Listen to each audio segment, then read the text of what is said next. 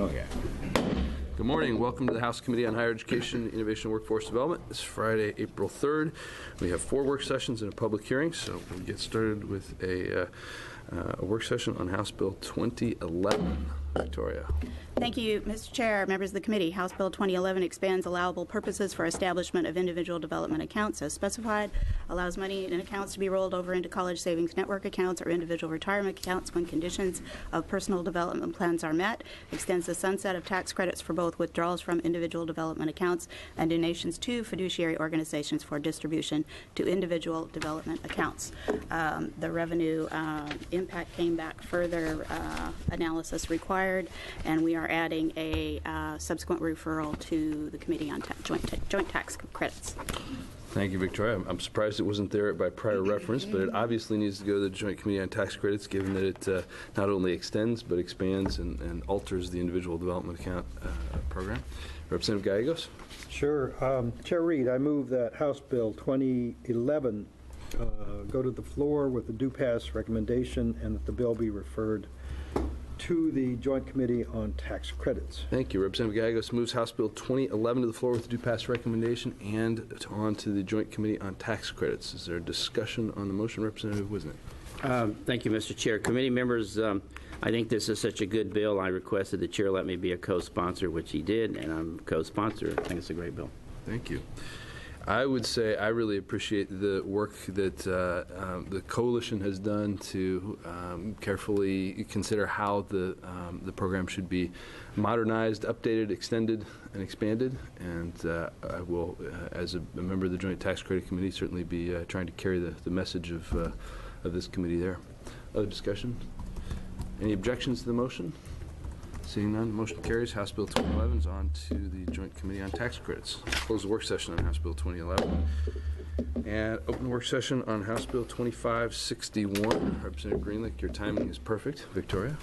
Thank you, Mr. Chair. Members of the committee, House Bill 2561 requires the Higher Education Coordinating Commission to evaluate the best method of overseeing public universities to ensure that at least one minority applicant is interviewed when hiring head coach or athletic director, requires the HEC to report results of evaluation during 2016 regular session of the legislature.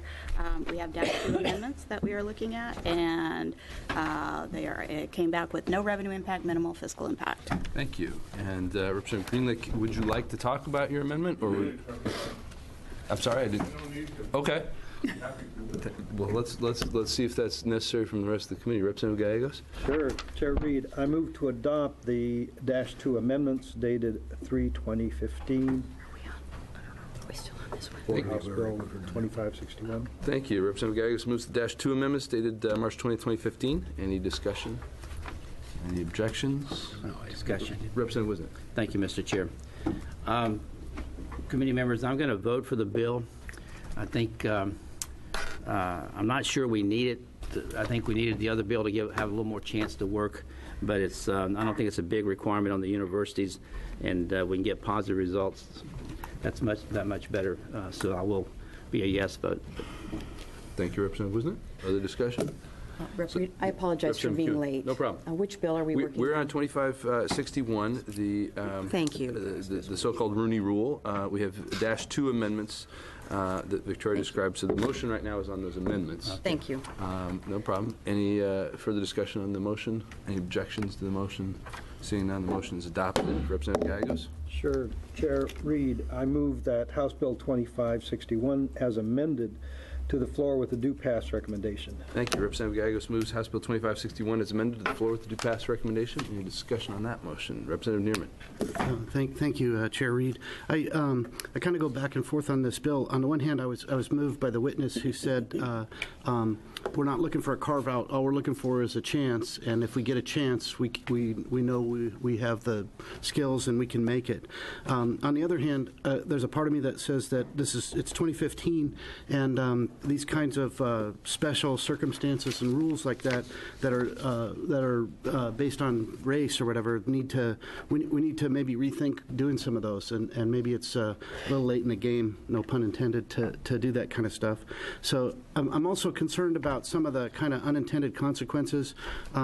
We spoke about how this impacts women as minorities and things like that, and I think maybe the time has come to quit making a mess of things, and let's just have a clean playing field and give everybody a fair shot. So I expect to be a no vote on this bill. Thank you. Representative Nero. Representative Johnson. Thank you, Mr. Chair. My concern, I guess, is with giving this responsibility to the HHEC. I guess I remain concerned about the propensity that sometimes we have for continuing to put more and more things on their plate because they're kind of a convenient avenue to to give the and they're things so on capable. And they're so capable. They do a fine job. So again, I don't believe that was the role of the HHEC when we created it. I'm not seeing outcomes and academic achievements here. But I'll go ahead and support the bill. But I just wanted to get on the record that I'm concerned about the propensity that I think this building sometimes have for just putting things on their work list, and then I think it takes their eye off the ball on some really needful work that they could be doing. So I've said that. Thank you. Thank you, Representative Johnson. Appreciate that. Other comments or discussion of the motion? Noting Representative Neerman's objection to the motion, are there other objections? Seeing none, the motion carries. Noting, again, Representative Neerman's objection, and House Bill 2561 heads to the floor with the due pass recommendation as amended. Representative Greenlick, I assume you'd be willing to carry? Yeah. Very good. Thank you. We'll close the work session on House Bill 2561 and move to a work session on House Bill 2569. Victoria. Thank you, Mr. Chair. Members of the committee, House Bill 2569 extends the sunset for tax credit for University Venture Development Fund contributions, provides that tax credit is to be claimed in one tax year, increases amount of total outstanding contributions and corresponding tax credit certificates allowed, requires universities with university development funds to achieve annual agreement for allocation of available contribution amount, applies to tax years beginning on or after January 1, 2016, takes effect on 91st day following adjournment signing die. We have -2 amendments proposed. They came back with a revenue impact of further analysis required. They are posted on OLS, and the measure does have a subsequent referral to the Committee on Revenue. Thank you, Victoria. I was afraid I was going to have to interrupt you when you perhaps started to describe the amendments. Fortunately, Debbie Koreski is here from Portland State. We're going to ask her to help us understand the -2 amendments. They are significant as a result of, I think, a fair bit of work. And so let's hear from her. Ms. Koreski. Hi, good morning. For the record, my name is Debbie Koreski from Portland State University. I'd like to thank Representative McEwen for wearing PSU green today. It's PSU Green Friday. Every Friday you can see that I am not wearing PSU green. Duly noted. Right, so thank you. So the -2 amendments do represent a pretty significant change from where we started from the bill. We've worked collectively between the Oregon's 4 research universities and the 4 true universities, and then we've also worked significantly with Legislative Revenue and then the Department of Revenue to craft the amendment, as well as the sponsor of the bill, Representative Williamson, and several other members of the legislature who were around for the original crafting of this bill many years ago. The first change in the amendment, in the -2 amendment, is that it extends the tax credit for 8 years. The legislature currently has a process where you review tax credits every 6 years. We're asking for an 8-year extension because we're kind of, the tax credits are grouped into buckets, and the tax credits are similar. And because of when this tax credit was created, we're in a bucket where we're the odd duck in that bucket. So, sorry. Oh, I know. Yeah, I know. For the university Be board, careful. sorry. Be careful. We don't fit. We're with the working families credit and other things like that. And we're asking to be put into the business bucket, which is up for review in another 2 years, which we don't think is a long enough time. And then we'll be up again in another 8 years. So that's the first change. The second change is, right now, the State Board of Higher Education takes this credit. If you remember, the gentleman that was here from Portland State University that does the sensors on the water. Sweet sensor. Sweet sense, sense? right? Yeah. This is this hearing. I'm take you back in time a little bit, but this tax credit is actually structured more like a revolving loan fund. There's currently a bucket of $15 million that the state provides. Private donors give to that fund, and then they can receive a 60% tax credit on that fund. And but we, the universities, pay that fund back with revenues that we generate from patents or intellectual property, equity that we hold in firms. So it's really, I always like to think about it more like a revolving loan type of situation. It's the only tax credit structured that way. Right now, the state extends to us $15 million worth of credit. Since the creation of the fund, we're starting to butt up against that $15 million. And we anticipate that some of the new efforts from OHSU involving the night cancer may take us beyond that. So we're asking to extend the credit limit slightly. It takes the universities about 8 to 10 years to start paying back once we give someone a donation. We anticipate that timeline to be 8 to 12 years. So we've started paying back into the fund, but we probably need an additional maybe 4 or 5 years before you see really significant repayments. So we're asking for So that. I want to jump in there with two questions. You mentioned it extends the cap slightly to what? Oh, $25 million. It's not slightly. 15 It's to 25. $25 million. Okay. And we've worked with legislative revenue to kind of set these changes, and then we anticipate when we get into the Joint Tax Credit Committee that we'll work with that committee. If the revenue impact is too large, we'll start revising things down to make sure that we can fit into whatever the budget is within the Joint Tax Committee, should they decide that we're a tax credit that should move forward for reauthorization. And just to be clear, for my own benefit and perhaps others, when you said when we make a donation, that means a contribution or an investment in a university inspired business. Is that well? correct? You give the money to the university, and then the university makes the decision about how to invest that money. Right. And that's that second part that I wanted to be clear on. When you said when we make a donation, that means when the university is investing that in a business or a research or that sort of thing. A private investor would say to the university may have a donor and say, hey, it's usually honestly an add-on at a lot of the universities. You have a donor that wants to make a contribution to the university, and the way we've seen it work best is we say, there's this tax credit if you're interested in investing in commercialization of research from universities. If you're willing to give an extra $100,000, you can get a 60% tax credit on your donation. And we've had a lot of people take us up on that offer. We've seen donations stay pretty small up to this point. It's usually someone who's making a larger donation and they tack on maybe an additional $100,000, $250,000. But I think the largest gift so far has been just shy of $400,000. And so the contribution goes to the university, and Yes, the ma'am. university decides where that goes into which sort of research and commercialization. And that is correct. That's the piece I want to get. Thank you. That is correct. The donor is not able to designate a specific company or a specific research effort to donate to. Right. I think the third major change is that within that pot, currently the State Board of Education, the State Board of Higher Education divides up how much each university gets to spend out of that. And with the dissolution of that, the universities are proposing that we can do that through a mutual agreement between all of us.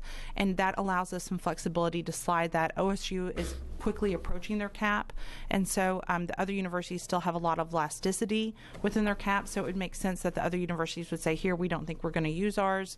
You can borrow from us for a while, and as we start repaying back, we'll manage that, and then we'll report to the HEC every year about what the status of the fund is, and the HEC will send that report into the legislature so that we can still have some transparency and some accountability in how that proceeds forward. I think the biggest change, the most significant change, is right now the University Venture Development Fund, the way the tax credit is administered at the Department of Revenue because of how the statute is written it's very different than how other tax expenditures and tax credits are administered. We are the only one. Donors can only take a $50,000 maximum credit, and they can take that over a span of years. Most tax credits say the maximum tax credit that you may take is X, maybe $100,000, but you can have that as a 3-year carry forward. So you can take it all in the first year, all in the second year. You can split it out 25, 50 if that's how you want to do it. That's the standard way that the department administers tax credits, and ours is different, and so we are aligning the UVDF to look like other tax credits. We set the maximum tax credit in this bill really high, and again, that's that's another thing that we anticipate that we'll work with the tax credit committee to revise down and to try to fit into whatever budget should that committee want to move our tax credit forward. Great. Representative McHugh. Chair Reed, thank you. Do you happen to know the history of why it was structured that way? Is there something different about it that precipitated that structure? Yeah, this is Senator Morse was the champion of this bill, and people were pretty skeptical of this. They didn't know exactly how this would work, and I think it was they wanted to have the very tightest controls possible on the credit to try it out first. And I think that they thought that it could turn into kind of a free-for-all. And I think, now that we have a good 10 years of history underneath our belt, people can see of how it would work, and I think it would make more sense to align it with the other tax expenditures. So the program's matured, is what you're saying? Yes, ma'am. Okay, thank you. Please continue. Representative Wisnit, sorry. Thank you. Policy, great. I approve. I think I vote for policy. What assurance will revenue, I'm assuming the chair is on the revenue committee, but we've had some bad experiences with Betsy and things in the past. Is there some watchdogs or some people looking at so we don't overcommit to the $25 million a couple of times or something? So the maximum credit limit, whatever the tax credit committee would set, would be the most the universities could. It would cut off. The department would cease to issue credits if we were to ever bump up against our credit limit. So the credit limit is the credit limit. I think what the other important control that's contained in the -2 amendment is what is the total maximum amount of the credit. When we met with legislative revenue initially, we thought probably the total amount of the tax credit should be $600,000 because that would be $1 million donation. And this, again, as I mentioned, our history with the current system is that people give to this in sort of smaller amounts.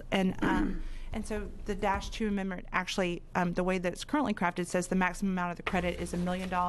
And with all frankness, I don't think that we will proceed out of the tax credit committee at that high of a limit. But it shows you, even at that significant expansion of the credit, that you don't have a significant revenue impact according to the initial analysis by LRO.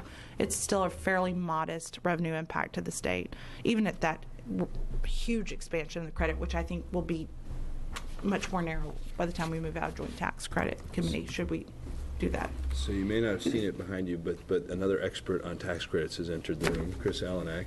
Oh, good. Representative Wisnit, do you want to ask that question of the Legislative Revenue Office as well? I think it's good on the record, and I'll trust you, Chair, to be sure that gets addressed in revenue. I think we're in shape there. It is, as we talked about, headed to the Joint Committee on Tax Credits as well. I didn't mean to cut you off. Are you in the end of your explanation? It's been, if you remember from the testimony, it's been a very effective tax credit. Yep. And we have started repaying into the loan. So it's a lengthy process. But so far been very effective in spurring that private investment that we were looking for in the original purpose of the creation of the fund. So thank you. Good. Chris, do you have anything to say? Or you're here, I'm sure, capably to answer questions, but we also want to give you the chance to talk if you'd like to. I just shut up for questions. Okay.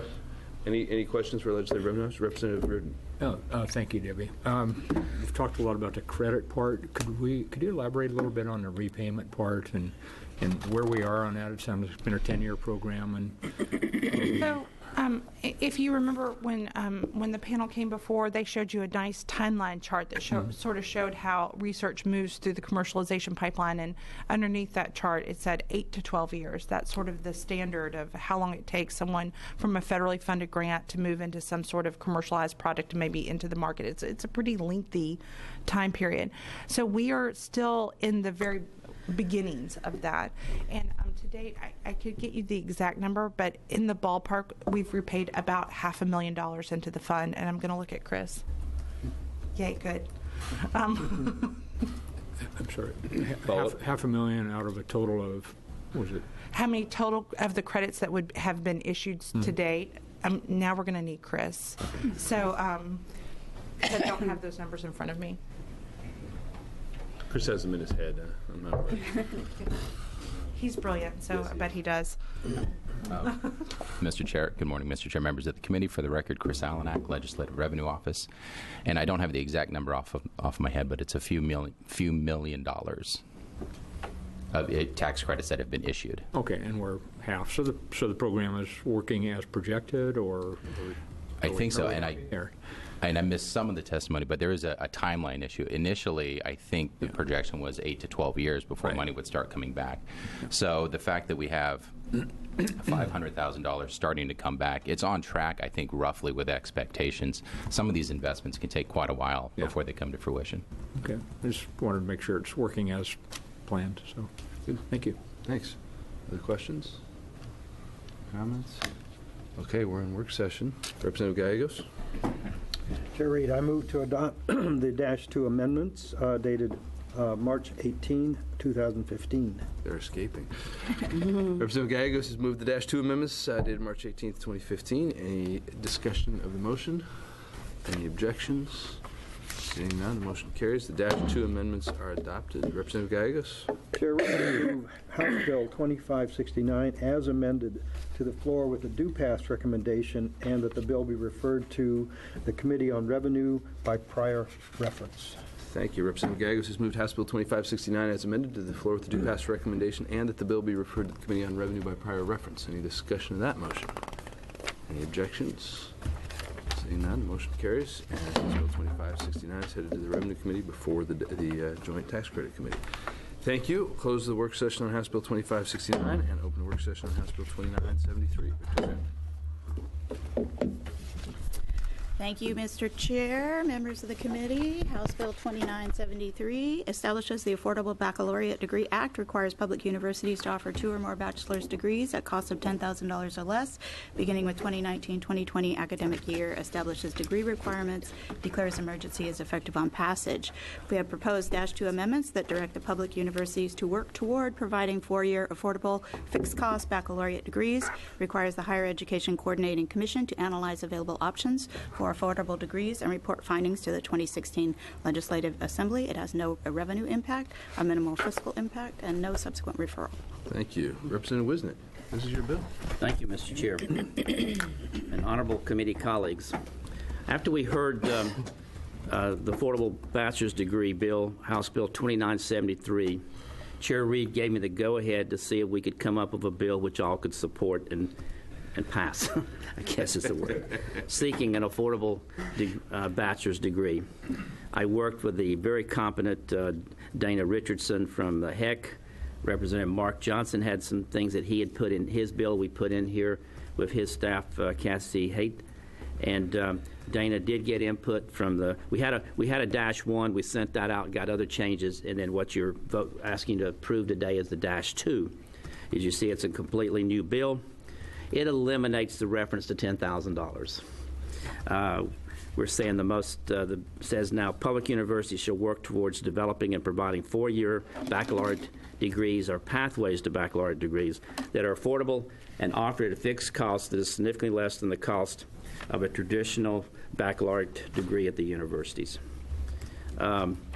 We also had great following on this bill by OSAC, who is interested in it, obviously. The bill requires the HEC to submit a report describing the analysis conducted to the Legislative Committee on Higher Education during the 2016 regular session of the Legislative Assembly. And that should be us, and then we'll get a chance to see.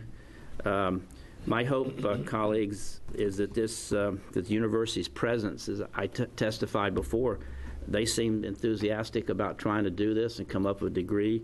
The bill without the specific amount now enables them to do more. But I'm hoping that in 2016 we can hear that they're ready to offer an affordable bachelor's degree which would help students beginning in the fall of 2017. I urge you to vote to pass the bill to create an affordable college degree. I think this committee can take pride if we pass this bill and we help students with textbooks. We can really be proud of helping bring down the cost of education and increasing access for many.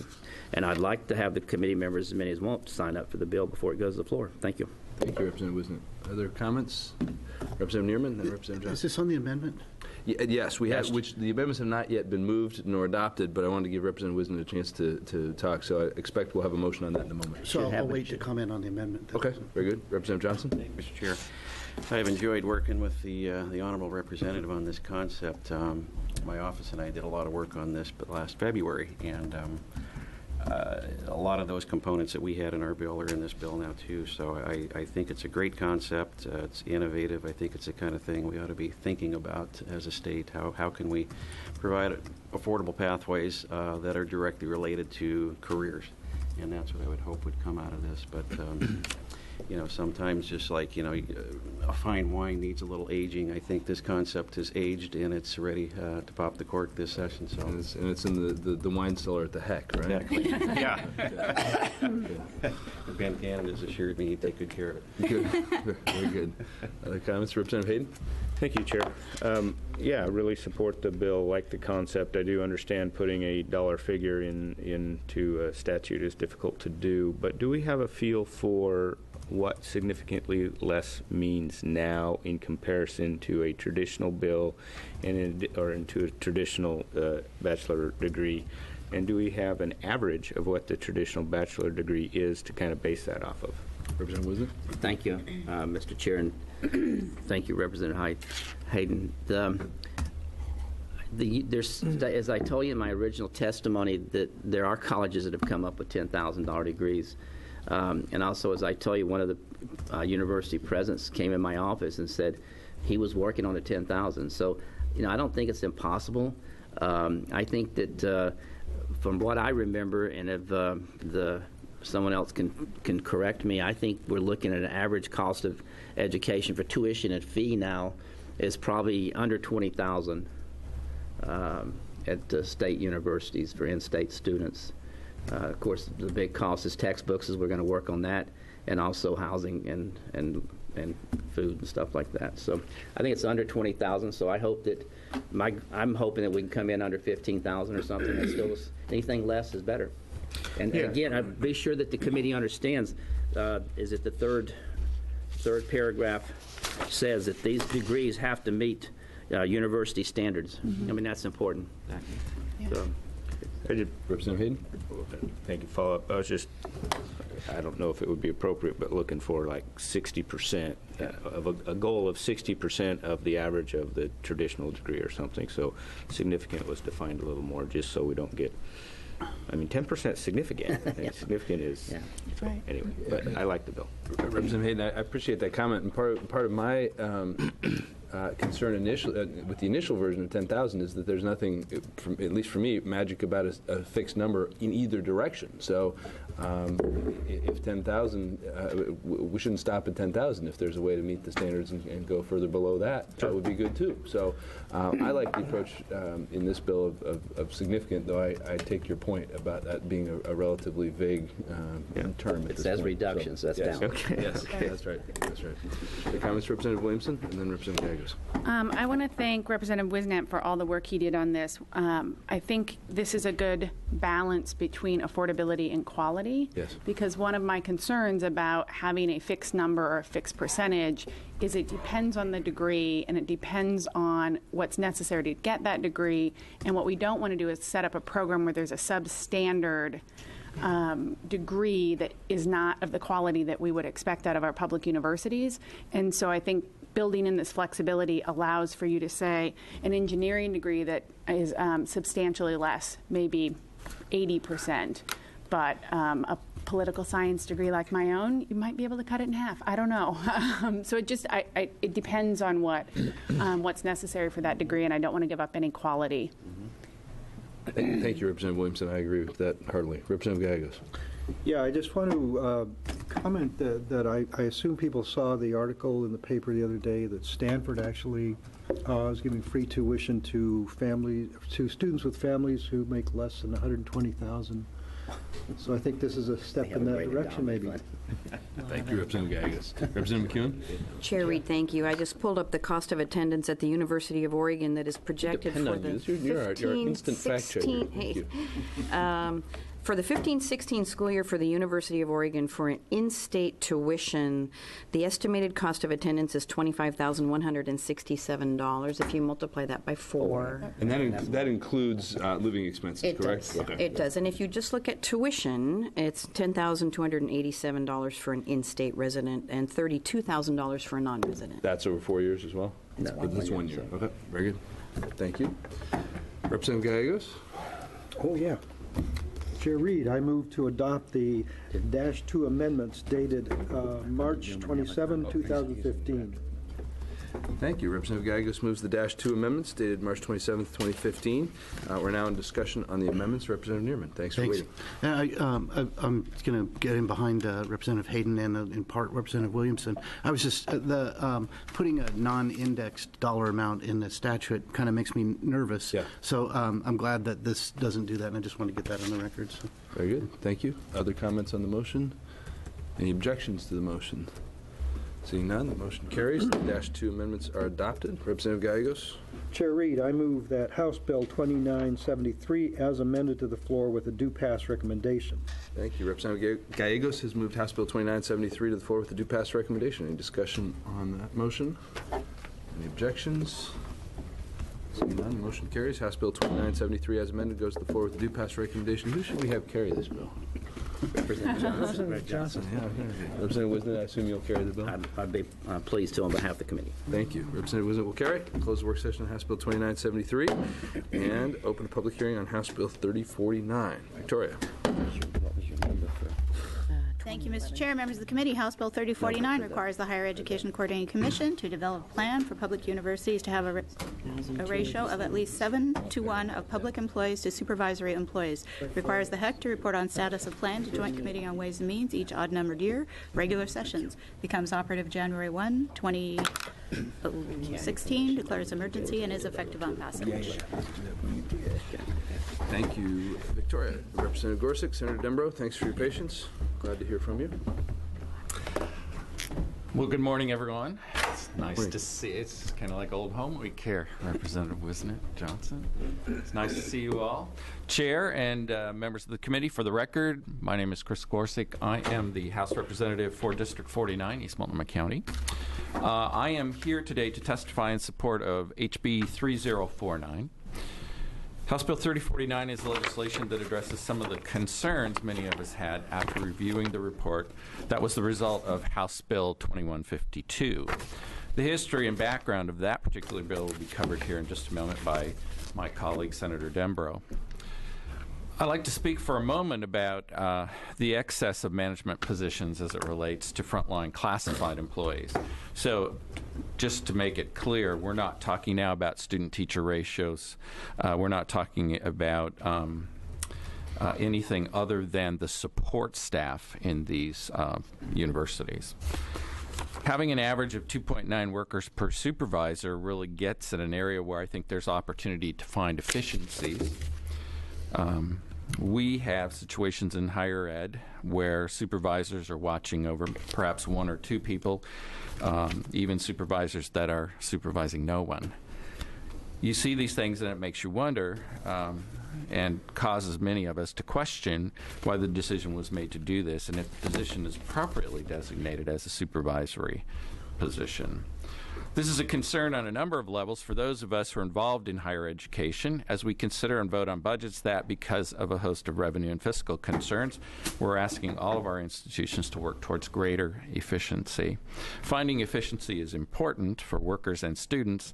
I've seen where people are frustrated by these substantial layers of supervisors, whether it's dealing with it as an undergrad or it's dealing with it as an employee working in that environment. As costs and tuition continue to rise at a rate completely out of proportion to other consumer spending, these, I think, are very important considerations.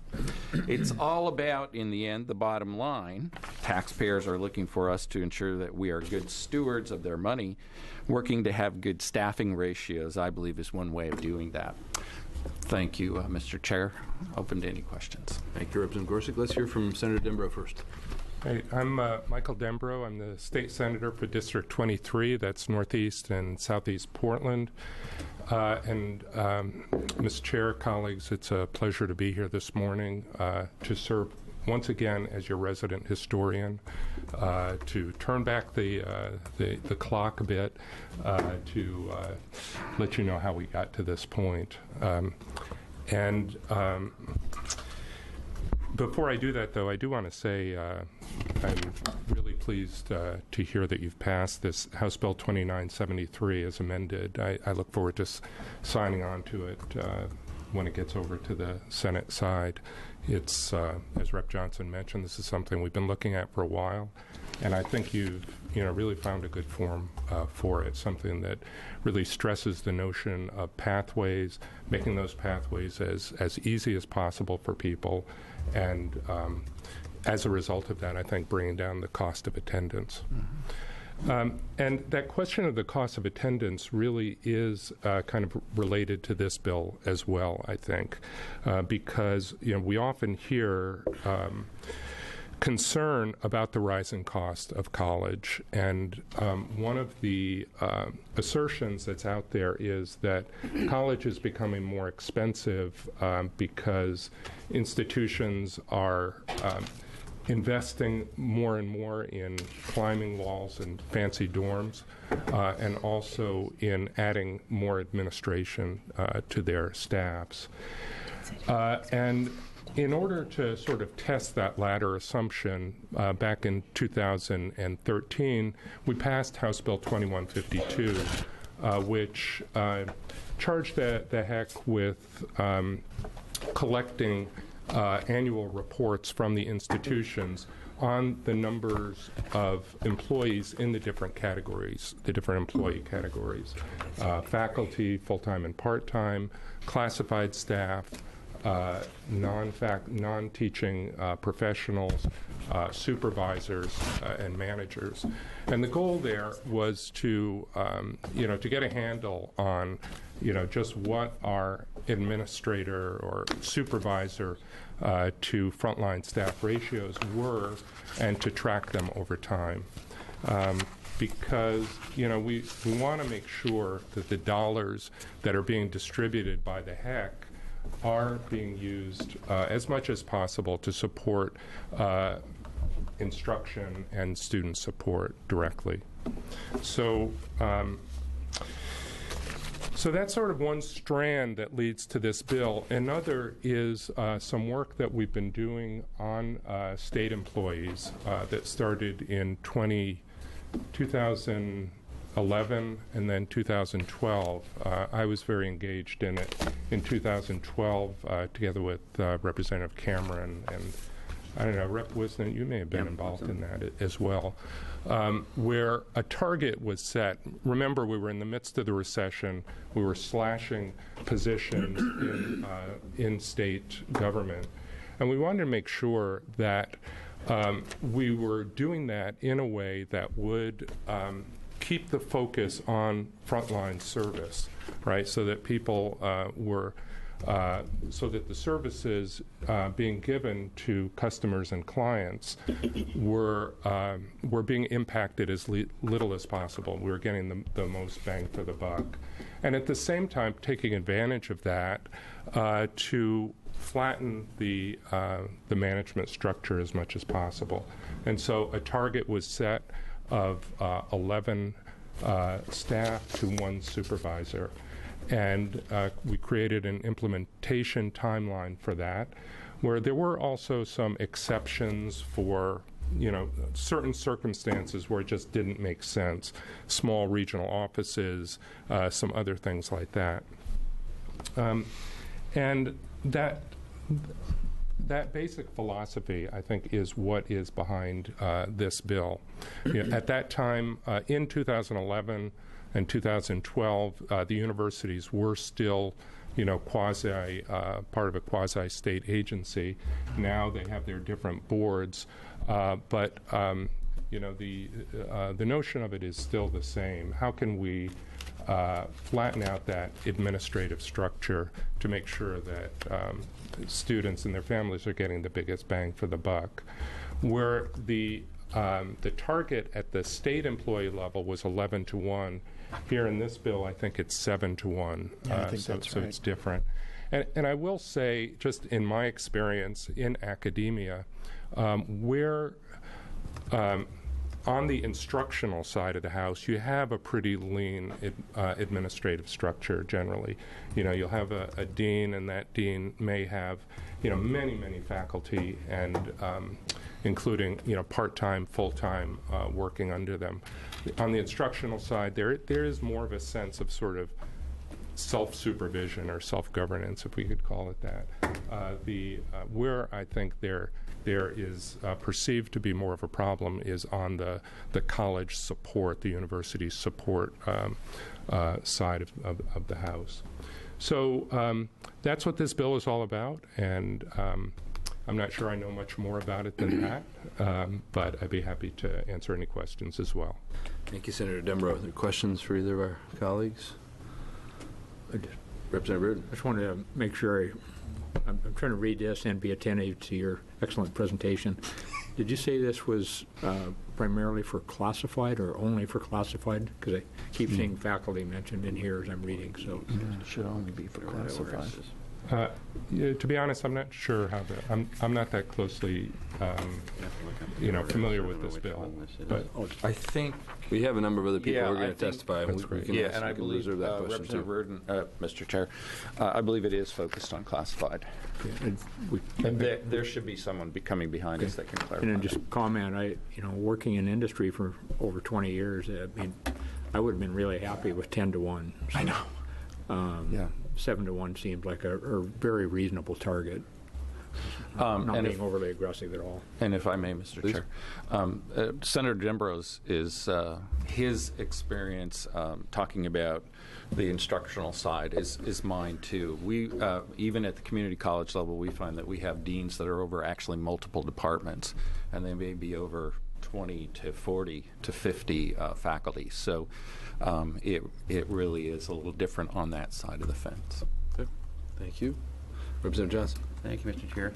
I don't know if either one of you would know the answer to this, but I would be curious to know what the landscape looks like at both Eastern and Southern now that they have kind of gone through the retrenchment process there, and maybe how that might have impacted their ratios of supervisors to employees. Because I know they've been dealing with that, obviously talking about faculty, courses, and so forth, but maybe we could get some input from them, because I'm guessing that they must have at least encountered the issue in their process. So the other question I would have is, it's specific to public universities. Do you have colleges in mind as well, the colleges, or were they left out intentionally? Or before the answer, Representative Johnson, Representative Wisnett points out a handout that we have that does appear to have some information on some of those institutions. It may not be exactly what you want, but it may help.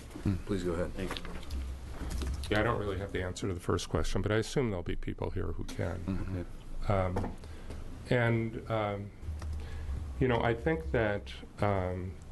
I think that the reason that this is targeted at the universities is that the universities were very recently within the world of state government, right? And in terms of the classified staff, there's still a single professional union that represents them all at all the universities. So I think there's more of a sense that they can compare apples to apples there. Thank you. Mr. Chair. Representative Gorsuch. Representative Johnson, I would say, however, that there's certainly room to expand it to two-year institutions as well. At some point, maybe. Exactly. That's not what this bill does, but certainly there would be room for consideration. Okay. Thank you very much, both. We appreciate it. Great. Thank you. We have a number of other people to testify. You both mentioned the experience to the bill that we passed before, so we'd like to hear from Madeline Zeich from DAS, particularly about the experience that followed our passage of that other bill. Ms. Zeich, thanks for being here.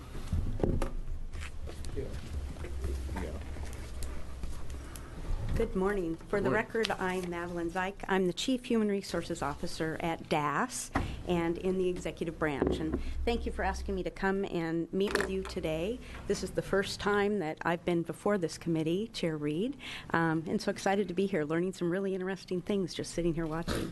We're glad you're here. I just have a brief presentation for you this morning about our experience implementing the ratio. the representatives right before me actually stole some of my speech because they gave you a little bit of information about some of the legislation that was passed. In 2011, House Bill 2020 required DAS to develop a plan to adopt the 11-to-1 ratio for agencies with more than 100 FTE. In 2012, we had House Bill 4131 that required agencies to make progress towards the 11-to-1 ratio. And in 2013, House Bill 3165 clarified the exception criteria. With the new 11-to-1 staffing ratio, agencies are required to move toward the 11-to-1 ratio requirement. It was based on a similar requirement in Texas, as I understand this, but this all happened before I got here. And it impacts 28 agencies, again, with more than 100 FTE. It required agencies to either lay off or reclassify supervisory positions to increase the ratio, allowed the DAS director to consider mission-critical exception requests, and required reporting to the legislature as part of the development of the legislatively adopted budget. To implement the requirements, agencies worked with DAS and evaluated job duties of each supervisory versus non-supervisory position. Agencies began restructuring and realigning their supervisory ranks and doing some reorganizations within their agencies to meet the legislative goal between 2011 and 2012. 140 positions had supervisory duties removed, and 187 supervisory positions were slated for abolishment after this work was completed.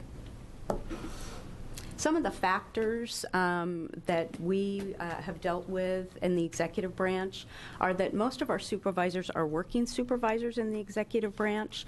They often have other duties outside of just supervisory duties.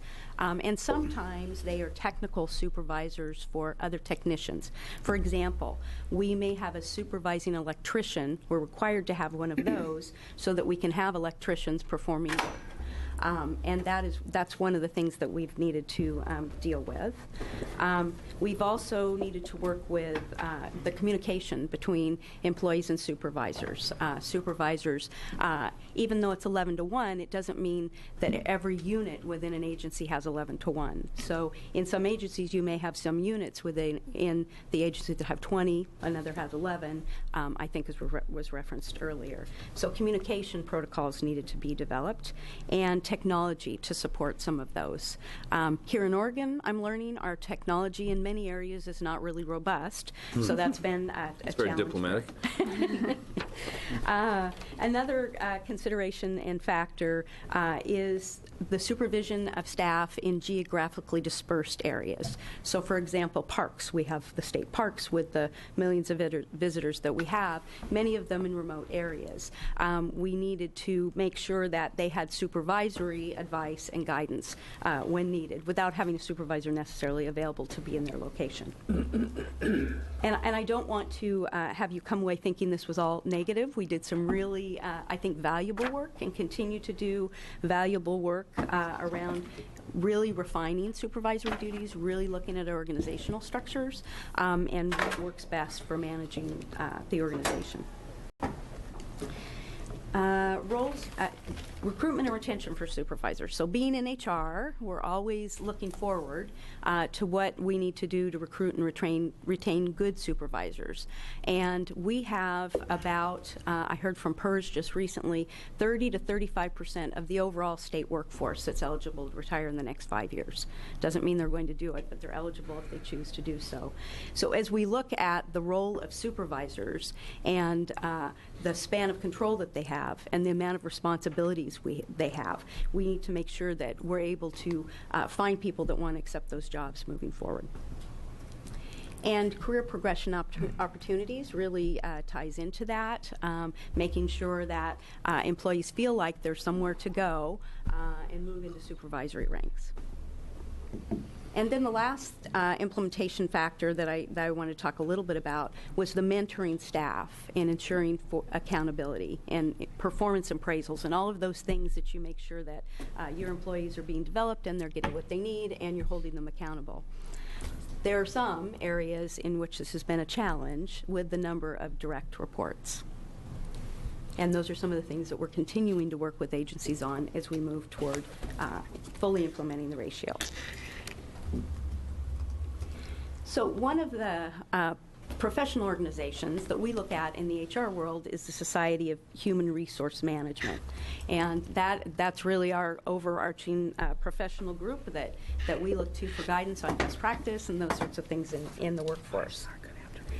Some of the things, as I was doing the research, that they recommend that we look at when we're determining span of control is the organizational size of an agency.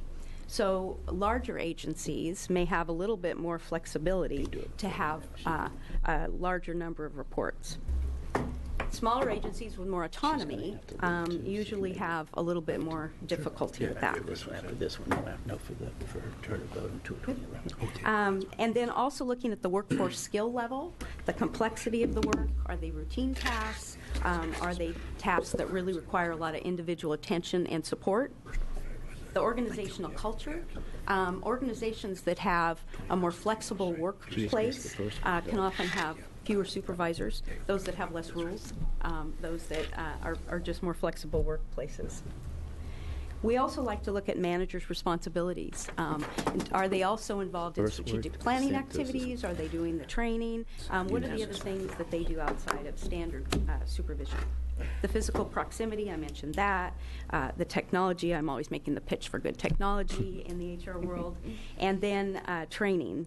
Can lead workers, which we have done quite a bit of, be trained in basic supervisory skills, not the full breadth of supervision, but to pick up some of that, those supervisory duties when they're needed.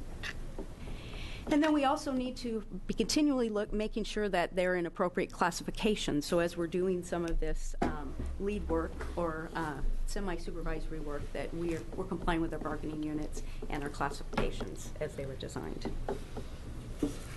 And I think that was all I had prepared for you today, unless you have some questions for me. I suspect we may very well have some questions for you. We have one other little piece of business we have to take care of before we proceed to that. Representative Wisnett? Mr. Chair, thank you. I request unanimous consent to suspend the rules to allow Representative McEwen to vote on House Bill 2011. Thank you. Representative Wisnett has asked for unanimous consent to suspend the rules and allow Representative McEwen to vote on House Bill 2011. Is there any objection?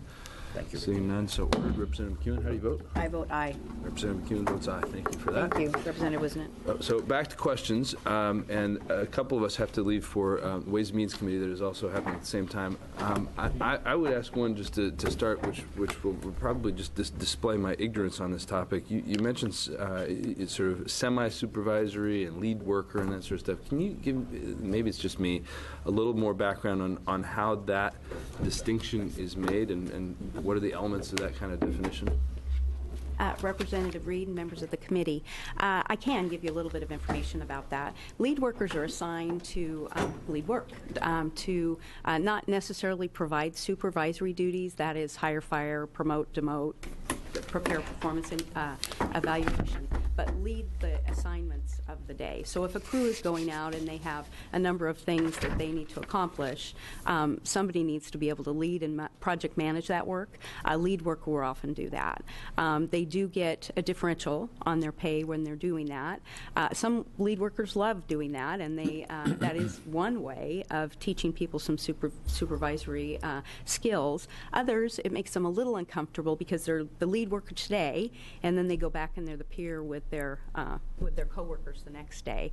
And so it's a matter of teaching them those kinds of skills around, being a lead worker, but not being too directive because you realize you're going back into the work unit the next day. Thank you. Are those definitions all easily agreed on? Do you get into situations where there's some disagreement about whether a given person is a lead worker or supervisor, or how does that work?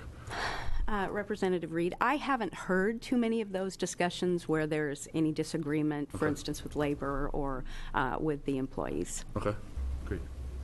Representative Reed. A couple of questions. Do you have positions that are, you'd consider them to be individual contributors where they maybe manage a function, and so they're kind of like supervising themselves? I'm thinking of somebody that works, and examples that I know of, work in a company that's, say, a government relations person. So they're managing their own day-to-day affairs, but they still report to somebody. But is there Chair Reed, Representative Reardon, we do have those, and you're right on. We call them professional individual contributors, and those are people like legislative liaisons. They're sometimes a one or two person function within an organization. Project managers sometimes are considered individual contributors. Yes, we do have those. This is maybe beyond what we should be asking you this morning, but I'd be really curious. We've talked a lot about management and supervision. Do you have something that addresses leadership development? And by that I mean people that will challenge the culture, who will be looking for what needs to be done, and who will really take leadership. And I think that's very different than managing a day-to-day function, which is kind of how do you maintain the status quo and get the reports written and all of that. So, can you comment on that? Yes. Chair Reed, Representative Newman, I can, and I'm really glad you asked me that question because I'm very passionate about leadership development and developing the workforce. Each agency has some of that within their agencies, and some of our larger agencies have more of those types of opportunities for people to learn and grow, and we like to call them the emerging leaders. In the economic downturn, what was that? How long ago was that now? 4 or 5 years ago. There were some programs that DAS had and other agencies had that could start to identify and mentor and groom emerging leaders, and unfortunately those had to be cut. So we're working out of my office on a real workforce development plan that includes just the kinds of things that you're asking about, identifying those people that we can move into positions, strengthening skills that they already have and they haven't had a chance to exercise, and really developing a workforce that's very agile. And part of it is out of necessity for succession planning, as I mentioned, with so many people that could leave the state workforce at any time. Mm-hmm. Great. Thank you. Mm-hmm. Representative Neerman. Thank you, Chair Reed, and thanks for the presentation, Ms. Zyke. There's a concept that I've heard of. I'm not an HR person, and it's called the quit rate, and it refers to the fact that you can expect that a certain number of employees will leave their jobs over time. And it's my understanding that the quit rate in state government is quite different than the quit rate in the private sector. And that's one thing that tends to drive the market-driven supervisory ratios in the private sector, or you could say it conversely negatively drives the ratio in the public sector. I didn't see that concept or anything that looked like that in the factors that impact the supervisory ratio. Do you want to just talk to that? Or? Sure. Chair Reed, Representative Neerman, I didn't bring that information today regarding the data related to, we call that in our agency the retention rate. I think we're on the same page on what we're talking about. We haven't done a study on that to see what has been going on with managerial employees, but I think that's a really good idea, and we'll start working on that, and I'll get that back to you when we have that. We have some positions within the state government just globally that we're having trouble filling, and we are seeing some positions globally that have high turnover rates for a number of reasons. There are times that there are just better opportunities elsewhere, or they take an opportunity to move up from state government into another position, for instance, in a city or county. We see that also. Yeah. But I can certainly get some data back to you if you think that would be helpful. Good. I think that would be helpful. Would you do that, please? Be happy to do so. I have one more question for you, and then I know there are a number of other people we want to hear from, and that is whether you could expand a little more. I assume in the bill we're talking about a plan, so I assume that what I'm about to ask if the bill passed, would be contained in the plan. But you mentioned about the experience you had around mission-critical exceptions, I think was the term you used. What was that like? How frequent was that? How were those defined, and what was that like? Chair Reed, I can give you a little bit of information about those because they come across my desk. Great. So the process that was designed in the executive branch is that those needed to be approved by the DAS director. So they come across my desk. I do a review. I have some policy analysts that look into the situation, and then I actually meet with the DAS director to approve those or not. The kinds of things that we're seeing are those things that I talked to you about. Those times when we have a geographically dispersed location, and we just cannot figure out a way to cover that. And we sometimes heard from employees that I don't feel safe. I need my supervisor here. I need more than what I have.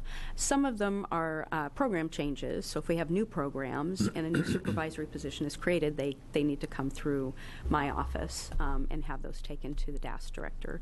There are two agencies, military and forestry, who have broader exceptions because their workforce ebbs and flows, and I'm sure you can imagine with military emergencies and fires and those sorts of things, they need to be a little bit more agile to flex their supervisory control at times. So those are the kinds of things we see. I don't think we see a lot of them, but we do look at them. We look at them very carefully and reach out. We want org charts and we want justifications, and it's a packet of stuff. And it is a process that we've been using, I think, for about 3 years. Okay. Thank you. Any other questions? Let's move on to the rest of our list. If you can stick around, I think there's a chance we may come up with more questions that you'd be suited to answer. Thank you very much. So let's hear next from Joe Chambers, Greg Monahan, and Emma Calloway, please. We have 3 seats here for you.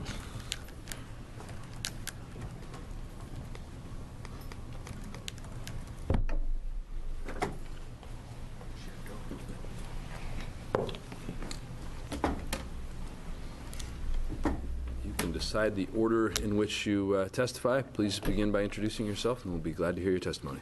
Chair Tobias Reed, Vice Chair Joe Gallegos, and members of the committee. My name is Joe Chambers. I live in Corvallis, Oregon, and work at Oregon State University, supporting student success as an IT programmer analyst. I'm president of Sublocal 83 of SEIU 503, which represents classified staff of OSU. I'm here today to support House Bill 3049, a bill that would set staff ratio goals of 7 frontline workers to 1 supervisory employee at the 7 universities in Oregon. As others have or will mention, with the passage of House Bill 2152 in the 2013 legislative session, the Higher Education Coordinating Commission, individual university campuses, and the community colleges are mandated to report staffing ratios. The ratio reports should represent the numbers of administrators and supervisory staff in relation to the numbers of frontline workers, faculty, and staff, and the numbers of students served. The goal of the reports is to drill down on the ratios of supervisors to workers to best serve students. The state went through a similar process with DAS agencies, as you've already heard, and state workers in 2011 and 2012, where they set a desired ratio of 1 supervisor to 11 frontline staff. All involved, including the legislature, felt it necessary to have a better idea of the current ratio in our higher education institutions before setting a standard. The first OSU released report in December of 2013 found on average that there was 2.9 classified service workers for every 1 supervisor system-wide. The second OSU report came out this fall and found that there was a slight increase of 3.1 classified service workers for every 1 supervisor.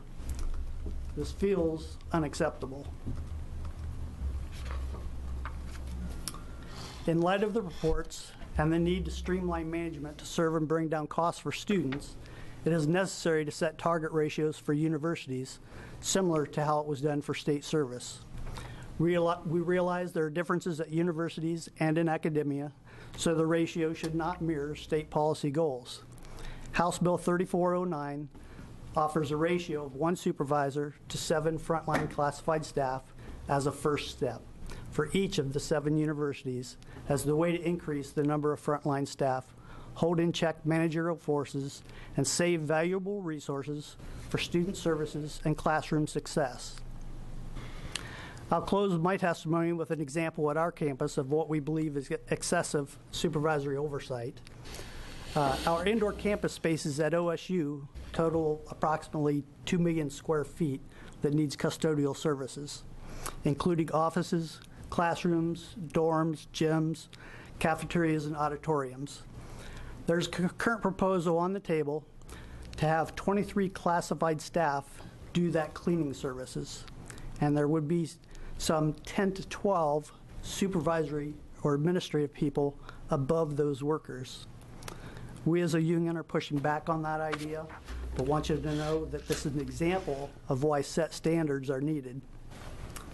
A number of other SEIU classified staff send in testimony with examples electronically that should be on the meeting materials records. We would appreciate it if you reviewed those documents as well, and I thank you for your time. Thank you, Mr. Chambers. Ms. Callaway?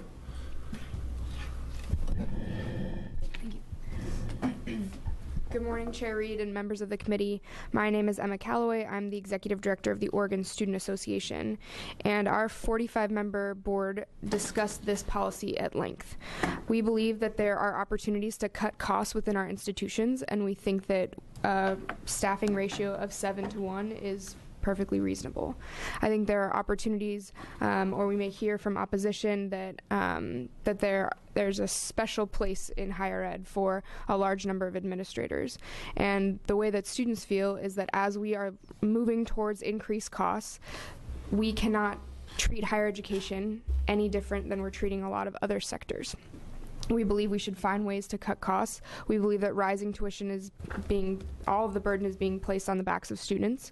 And there's an opportunity to have more workers that are closer to the student experience, closer to where the students are actually paying for it. And we would like to see that. We are eager to see what the design would look like. We're intrigued by the DAS presentation and wonder what it would be like to have fewer administrators on campus. At the end of the day, though, our students are most interested in ways that we can cut costs at our institutions, ways that we can run very lean operations where possible, and we want to make sure that our institutions have a uniformed process across the board, because as we move towards institutional boards, we don't want to move towards a world where every institution has different standards on cost and different mechanisms. So we'd like to see a uniform system, and we think that setting a standard from the state legislature through our elected officials is the best way to do that. So thank you very much, and we eagerly ask you to support House Bill 3049. Thanks, Ms. Callaway. Dr. Monahan. Chair Reed, members of the Higher Education, Innovation, Workforce Development Committee, good morning. Good morning. My name is Greg Monahan, and I am the Vice President of the Association of Oregon Faculties, an organization that represents faculty members from all 7 of our public universities. I'm appearing today to speak in favor of House Bill 3049, and I'd like to do that with a not too hypothetical story. Recently, the legislature broke up the university system and allowed each of the 7 institutions to have their own boards. I'm not here to discuss the wisdom of that decision, but based on a lifetime spent on college campuses as both a student and a professor, I can confidently predict what will happen. Each institution will appoint a director for board relations. That director will hire an administrative assistant. Within 2 years, that director will become a vice provost for board relations. He or she will then hire an associate vice provost for board communications. That person will hire an administrative assistant. Seeing the need for better PR, the associate vice provost will hire a director of public relations and legislative affairs for the board. That person will hire an administrative assistant. Because upper-level administrators create large quantities of paper, these 6 management administrators will team up to hire 2 office specialists. That's a management to non-management ratio, by the way, of 2-to-1. Assuming this scenario comes to pass, the total cost of these 8 positions, including the optional payroll expenses, medical benefits, travel to meetings, PERS contributions, services, and supplies, could easily top $1 million per institution. Though some of the smaller ones might make do with only 3 or 4 new management administrators, the bigger ones will probably find 8 inadequate, so the total numbers may even out. Now, what will happen then? An overburdened English writing faculty member with a class of 40 students will meet with the provost, begging for help. Maybe 1 or 2 more faculty so that students get the kind of individual help they need. Academic advisors, financial aid advisors, success coaches will all plead for a little help so that they can help students plan their schedules, get the resources they need to succeed. But the provost will shake his head sadly and say, "Oh, I so wish I could help you, but we just don't have the money." Indeed, because of an unanticipated $1 million hole, he or she will say sadly, "I'm afraid we're going to have to make some more cuts." And when students come to see the president asking him/her not to raise tuition, I'll give you one guess as to what the answer will be. And when all this is done, how many more students will we be educated as a result of this administrative bloat? Not one single student. HB 3049 is aiming to help stop such wasteful bureaucratic bloat. It will certainly put substantial pressure on the universities to limit the number of administrators they hire. And best of all, it will not cost the state of Oregon a single penny. This is a kind of bill that both Democrats and Republicans can agree on. And how often do we get one of those? It demands that the universities spend their money more efficiently, more wisely, and largely on people who are more likely to be in the trenches actually serving students than sitting in offices generating reams of paper. Those administrators are going to appear before you, if they haven't already, and plead with you not to interfere with their very efficient efforts to serve students. When they do, I hope you will remember the story I've just told you. And I thank you for letting me appear before you today. Thank you, Dr. Monahan. Other questions for this panel? Representative Reardon. Just curious. Thank you so much for your story. It's very memorable, and it'd be amusing if it weren't so true. But are there contractual issues that will arise as we try to make these adjustments to the staffing ratios? Are there the local contracts that we have to worry about, or how does? Well, Chair Reed, Representative Reardon, as far as the faculty contracts are concerned, I don't think so. Okay. But I can't answer for the SEIU contract. Representative Reardon, I'm really not sure of the answer to that question. I don't believe that it would affect any of these contracts. Okay, great. Thank you. Other questions? Representative Johnson. Thank you, Mr. Chair. Emma, I think it was our first panel. It must have been, I think Senator Dembro made a kind of a passing reference to some of the cost drivers, and he threw out like climbing walls, that sort of thing, that are, maybe it's an indication of some of the features that are becoming an expectation, let's just say, the universities are providing for student enjoyment and benefit and quality of life, all of that. But I wonder, have the students been invited to, or would the students be interested in having a comprehensive discussion with the universities about the real, the costs, the value-added costs to some of these things that they're great things. You talk about, full-on gyms and exercise facilities, and obviously technology has to be everywhere, and we get all that. But I'm just saying to really look at from the campus perspective that there is a cost attached to that climbing wall, if it is, and that somehow does end up in the cost of tuition as well. The students ever thought about engaging with the universities and just being willing to have a really comprehensive discussion about how do all these nice things that students get used to enjoying actually end up coming out of their tuition or being paid for by their tuition too? Chair Reed, Representative Johnson, thank you for the question. Students absolutely would be interested in having that conversation. I know that the Oregon Student Association would be happy to help facilitate that in a statewide method or on a campus individual basis. What's interesting on our college campuses, and students have to take some of the share in that, because students do vote for increased fees that will go to rec centers or student unions, as you're referencing. So we, as students, take ownership of that shared increased facilities on campus. I will also mention that students also work very, very hard to bring down the cost of those ballot measures whenever they're up on a college campus, and there often is a lot of conflict between the students, the price of those fees, the increased features, but also the interest in the institution and being as competitive as possible. So I hope that answers your question, and I'll also highlight that what I think is wonderful about this bill is that it gets to a piece of what is possibly increased administrative bloat in a way that's very invisible to students, in a way that they have a very difficult time understanding how to contribute to this conversation when they see another dean being hired. But to answer your initial question, yes, we'd be happy to have a conversation about that, and we should all be thinking about places where we can be lean. Great. Thank you. Representative Reardon again. I just wanted to remind people that we had a great hearing last meeting talking about adding people to the governing board, so it'd be students and student representatives and grad students, and maybe that's this justification for making those additions. So perhaps. Thanks. Other questions? I had one, Dr. Monahan particularly. I asked in the earlier panel, I asked Ms. Zeik about the mission critical exemptions, and I talked about in the previous bill around the $10,000. I get nervous about any sort of flat number, so I appreciated your story about a not so hypothetical example.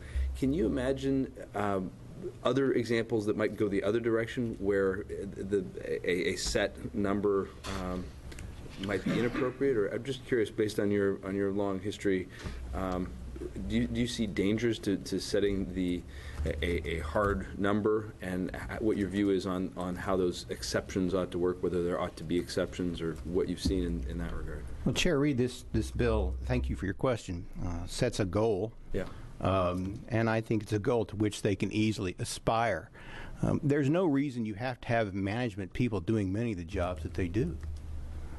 You can have less expensive non-management people doing a lot of these jobs, and I think the universities are perfectly capable of it. I was here earlier, and I heard, I believe it was Representative Johnson ask a question about the ratios. I know that with recent cuts, Eastern has gone to a 5.3 to 1 ratio. So if the small universities can do it, I think the big ones can too. Thank you. Any other questions? Thanks very much. We have one more person to testify today. That's Debbie Koreski from Portland State.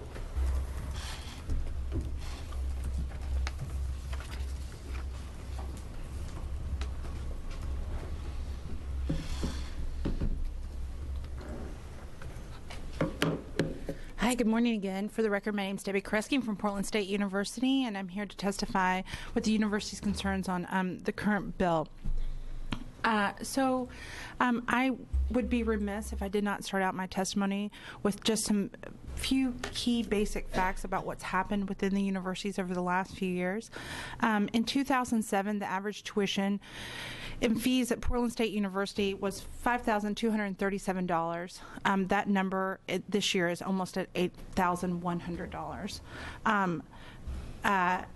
In 2007, the 7 public universities served 71,918 full-time students. Today, that number is over 88,000 students. In 2007, the legislature appropriated $693 million to serve those students. This year, that number was $521 million. So we've had drastic changes within the 7 public universities just in the recent 6 or 7 years.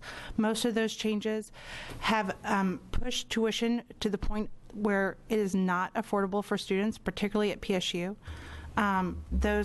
They have forced cuts in the universities. In the current co-chairs framework of $670 million for the universities, PSU will raise tuition 4.23%, and we will make $4 million worth of cuts next year in our budget.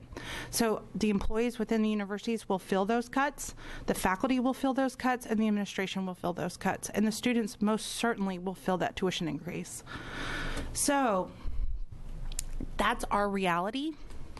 It has created much hardship for both students and employees. Our concerns about this particular bill, when the bill was introduced, the universities met with some state agency HR managers to talk about their experience in implementing the 11-to-1 ratio. And what we found is that the universities are significantly different than state agencies. State agencies have very strict class and comp structures for management and employees. The universities do not. The universities are also significantly different from one another. SEIU, our SEIU contract, requires our employee definitions be pretty standard across the board, across the 7 universities, because that's one collective bargaining unit. But beyond that, we're really different. When we went on our tour of state agencies to talk about what had been their experience, PSU HR folks were with me along with Southern HR folks, and it was interesting to watch them. The PSU folks, we had 3 people. We had our HR director, we had the person that runs our iPEDS data, that produces the reports that keep being referred to, and we had the woman that's responsible for our class and comp management team. Southern had one person. That was their HR manager, who is also their Title IX coordinator and their affirmative action coordinator. And it was interesting to watch them talk about the disparity of the resources, even between PSU and Southern, and what some of the challenges might be should we move to this. For universities with a statewide mission, some things for the committee to consider if you choose to move forward with this bill would be that we also have many employees throughout the state in remote locations. Portland State carries the state's mission for social work education, so you may think that we're largely centered in Portland, but we also have people located throughout the state to carry out our mission for educating the state's social workers. OSU has employees throughout the state in many different locations. So that's something to consider. I think the other thing to consider for a research university, and that would include Oregon State University, Portland State University, and University of Oregon, who do a lot of research, is that many of the faculty apply for federal grants, and the federal grants allow them to hire 1 or 2 people. So are those people, should they be classified as supervisors? Or are they still frontline employees, that faculty member that may be teaching a class and also on a research grant who's now supervising those people? Are student workers considered workers under the 7-to-1 ratio? Are they just still students? Are they now employees? Those were questions that came up. At the smaller universities, some of the things that came up were the math department may only have 2 or 3 faculty members. So should you merge the math department with the economics department with another department to get them up to the 7-to-1 ratio and put them all underneath one department chair? Or would they be allowed to stay the math department with one department chair, even though that department chair supervises only 3 faculty members? So those were the types of conversations and questions that we had as we sort of discussed this with our agency counterparts. I think one of the other challenging things that we talked about was the agencies, whether they were big or small, had DAS to help them implement this. And our sense from talking to people were that DAS was Ms. Zyke's department had been very helpful to a lot of agencies as they sort of navigated this change. The universities would do that now on their own, so we don't have that centralized office anymore. So those are just some of our concerns, and I have appreciated all the partnership and the help of many of the people who are in support of this bill today. I think more often than not we agree, but today we're in a situation where we disagree. So thank you, and I'd be happy to answer any questions. Good. Any questions for Ms. Kursky? Representative Johnson. Are we going to hear from anybody representing the HEC? We don't have anyone signed up, but I note that I would just things back there. Your reference to DAS being able to play a role in helping agencies with assimilating or managing a new ratio and so forth. Obviously, that's not available for universities. This bill kind of puts that responsibility in the lap of the HEC, so I guess I would love to hear from them about their capabilities too. Sure. At some point in time. Dana, would you care to come up and comment? Please. While she's coming up, yes, I'm still unclear. Are we talking all people that work at the university, or just a subset of them? Only classified. I believe. I'm looking at the bill, and I think that is correct. Yeah. It says in line 13 and 14, the Higher Education Coordinating Commission shall develop a plan for public universities listed in ORS blah blah blah to attain a ratio of at least 7-to-1 of public employees as defined in ORS 243-650 to supervisory employees as defined in ORS 243-650.